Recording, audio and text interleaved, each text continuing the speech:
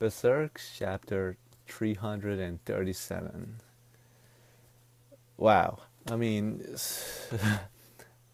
I just been wanting to talk about, like, I know this for a lot of you, for those of you who just found my channel, just found this video, you guys are probably saying, like, oh, I've seen this quite a couple of times already. This chapter's been out for quite a while. Well, the thing is, I went through this Berserk marathon a while back, and I just read all the chapters all at once. Like, um, long story short, there's a certain scene in the anime that I watched that apparently was censored for some reason. And my friend told me about, like, hey, like, yeah, it's kind of messed up that this happened. So basically, I ended up going back to it. I finished the anime, and I just couldn't bear with the ending. So I had to find some closure. And my way of dealing with this closure is by going to the manga, which I told myself I wouldn't do normally because I wanted to wait until the manga finished. But like Berserk fans know that that's all but a laughing matter at this point. Um, but I read the manga. I read all the way through. I found some form of closure at least. But yes, ever since I finished the reading, like all the chapters, all everything through to volume 37. I just been wanting to talk about this chapter so much. So that's why I'm making basically a callback video. Basically, like going a little bit back into history and explaining to you my reaction to this chapter, and not really giving it a review. That's not what I'm going to be doing. I'm going to be mostly fanboying, I guess. That's what you could say. So, back to the start. Chapter 337, Berserk. Oh God.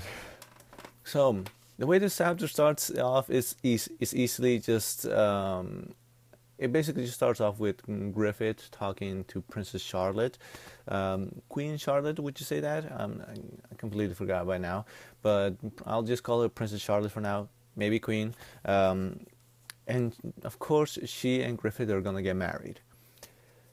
Then you have the Pope sitting by them on their table. They're basically just having a little bit of a discussion. It's kind of like a bit of a really relaxed feeling to the conversation. Pope goes into it like, oh, I'm not going to die because I can't die yet because I got to make sure that you two get married. And of course you have these two other interesting characters, which is Wolflame, I think that's what his name is, Mule Wolflame. Excuse me if I'm raping the pronunciation of his name. And you also have Sophia, who's been like a little bit of a spoiled brat. I've gotten the feeling throughout the series that she kind of has a thing for Griffith, and that's why she's upset about him going for like this relationship with Charlotte, even though we kind of know that this is mostly just to get the kingdom and become a king. But yeah, it's kind of like a relaxed feeling. And if you didn't know about Berserk and you were like, let's pretend that you just read up until this very point, and this is the first time that you're hearing, or you just finished reading this chapter, like what we know is that Rickert, the friend of Guts, ex Band of the Hawk, original Band of the Hawk character, member, he was left a little bit. He was left behind during the eclipse event, and he does not know. He did not know what happened to the whole Band of the Hawk, the original Band of the Hawk group, until Guts told him after the events, after Guts coming back and taking basically Casca with him, and Griffith basically being reborn. So now, Rickert ends up in this new country that Griffith created. Basically, after Griffith defeated the Kushan, he got this new following, and he created basically a new city. This city that will become, or this country that will become his new kingdom, and Rickert ended up arriving in this location. oh wait, did that happen yet? No, it did not. So I'm not gonna spoil too much into it because I really want to just go into this chapter only. Basically, Rickett is being guided by Locust towards Griffith, where he will have a conversation with him.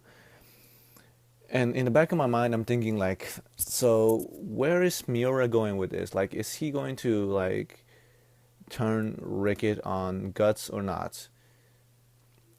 You can argue and say like, oh no, like Rickett would never do that, but you gotta keep in mind that sometimes like these writers would, I wouldn't be surprised if Miura for all like drew us a swerve once in a while, especially with the way that he's writing. He's done an amazing job with Berserk, and so in the back of my mind I'm thinking like, please don't, please Rickett, don't do it. So back of my mind I'm thinking like, is he going to turn on Guts? Like, is Griffith going to convince him? Is he gonna have like this speech? Whew. And then no. I mean, this is like when people go back to the manga, like I want them to call back this moment once the manga is finished, once the Berserk story is finished. I want people to talk. I want this to be one of the most memorable Berserk moments. Because wow, I mean, if you read this far, you know by now Griffith is basically a god. He was reborn. He was basically reborn in the after sacrificing his crew with the Bailet. Um, then after the events where Gus fought off that priest that got demon powers, through that event, and we saw that the misformed baby, that ghost baby that was following him and Casca, basically ended up being the new shell for the rebirth of another new Griffith, basically the White Hawk. So I'll probably like put it like here in the top left because I just love seeing this so much. Like this right here. This smack to the face. Fuck you, Griffith. Oh my god. Oh my god. Just seeing that reaction is like, I just had like the Kevin Hart moment where he's doing like, oh no, she wasn't ready, like that part, like that was just playing in my head when Rickett just smacked his face. And it's kind of appropriate because some of you may or may not know, but Griffith was originally in the one shot that of Berserk that was originally made.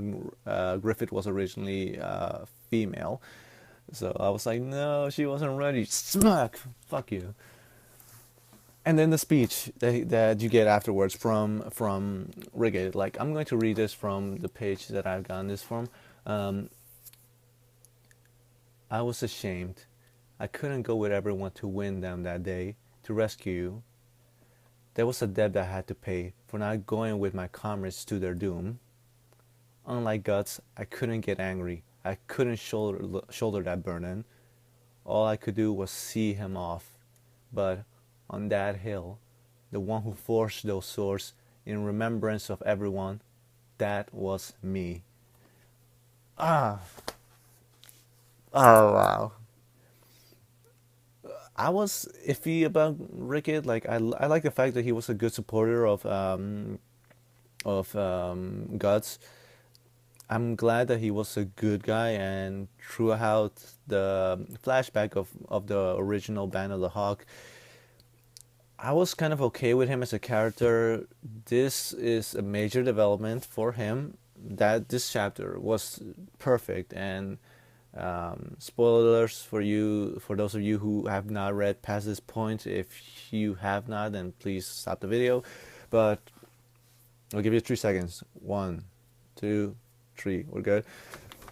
Basically, after he escapes this town, because he obviously has had to, because if you look back at Locust was gonna fuck him up.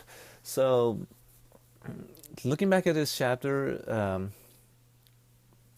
so basically he had to leave this new country, this new city, which makes me curious as to what's going to happen with his character right now. But I had to get it all out there. Like, this is me fanboying over like what, 20 pages, but it's just so good.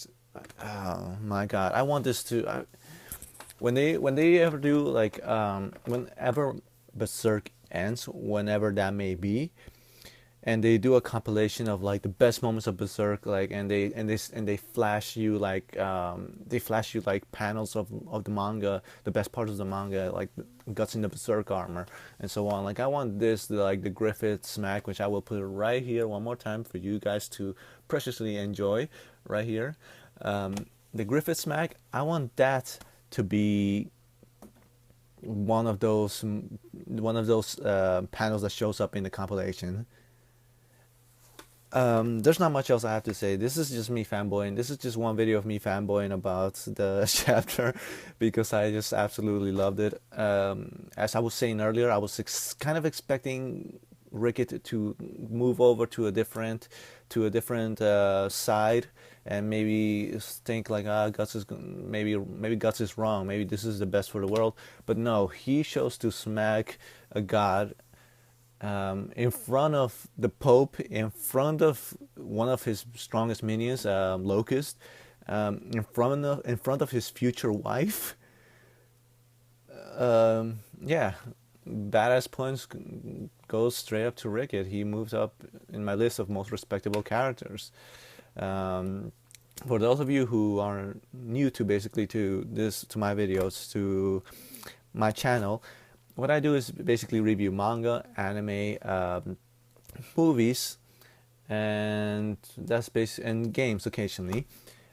If you like my review, if you liked my it's not really a review. If you like my conversation about this chapter, which may occur more towards the future as I do retrospectives of previous chapters or favorite chapters in other series, then feel free to hit the subscribe button, hit the like button, and I'll see you next time.